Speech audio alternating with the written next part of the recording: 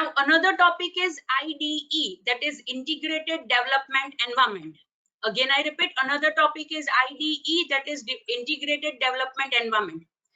जब भी हम कोई भी एप्लीकेशन को डेवलप करना चाहते हैं, राइट, अगर हमारे पास प्रोग्रामिंग एनवायरनमेंट है और वो पर्टिकुलर लैंग्वेज के साथ इंटीग्रेटेड किया हुआ हमारे पास अगर प्रोग्रामिंग एनवायरनमेंट है, डेवलपमेंट एनवायरनमेंट है, then it will be very easy for us to develop the application.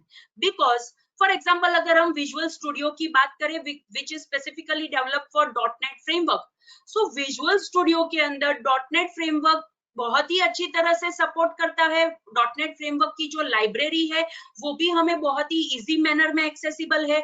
उसके साथ जो दूसरी डेटाबेस रिलेटेड इंटीग्रेशन है वो भी हमें विजुअल स्टूडियो में ही मिल जाता है एंड हम बहुत ही अच्छी तरह से वहां पे हमारी एप्लीकेशन को डेवलप कर सकते हैं.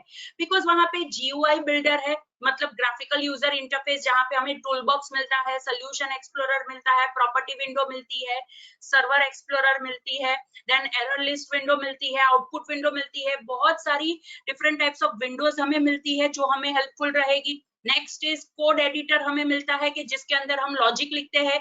उसी एनवायरनमेंट के अंदर हमारे पास कंपाइलर है कि जिसका यूज करके हम कंपाइल कर सकते हैं एंड अलोंग विद दैट उसी एनवायरनमेंट के अंदर हमारे पास डीबगर है कि जिसका यूज करके हम डीबग कर सकते हैं, right. So that is the thing कि अगर हम जो लैंग्वेज यूज करना चाहते हैं या फिर जो प्लेटफॉर्म यूज करना चाहते हैं वही प्लेटफॉर्म के रिलेटेड अगर हमारे पास हमारा IDE है, then it will become very easier for us to develop the application.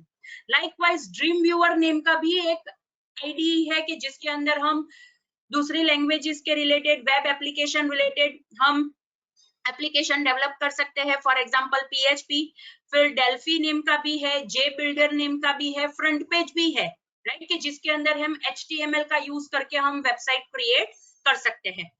So this is the thing. In general, अगर हम IDE की बात करें, then we can say it is integrated development environment, integrated design environment या फिर integrated debugging environment. Means it is a software application कि जो हमें वो सारी facilities provide करता है, प्रोग्रामर को वो सारी फैसिलिटीज प्रोवाइड करता है कि जो एप्लीकेशन या फिर सॉफ्टवेयर डेवलप करने के लिए यूजफुल होता है. For example source code editor होता है, कंपाइलर या फिर इंटरप्रेटर होता है, automation tools, for example F5 की प्रेस करती हूँ तो विजुअल स्टूडियो में एग्जीक्यूशन स्टार्ट हो जाता है.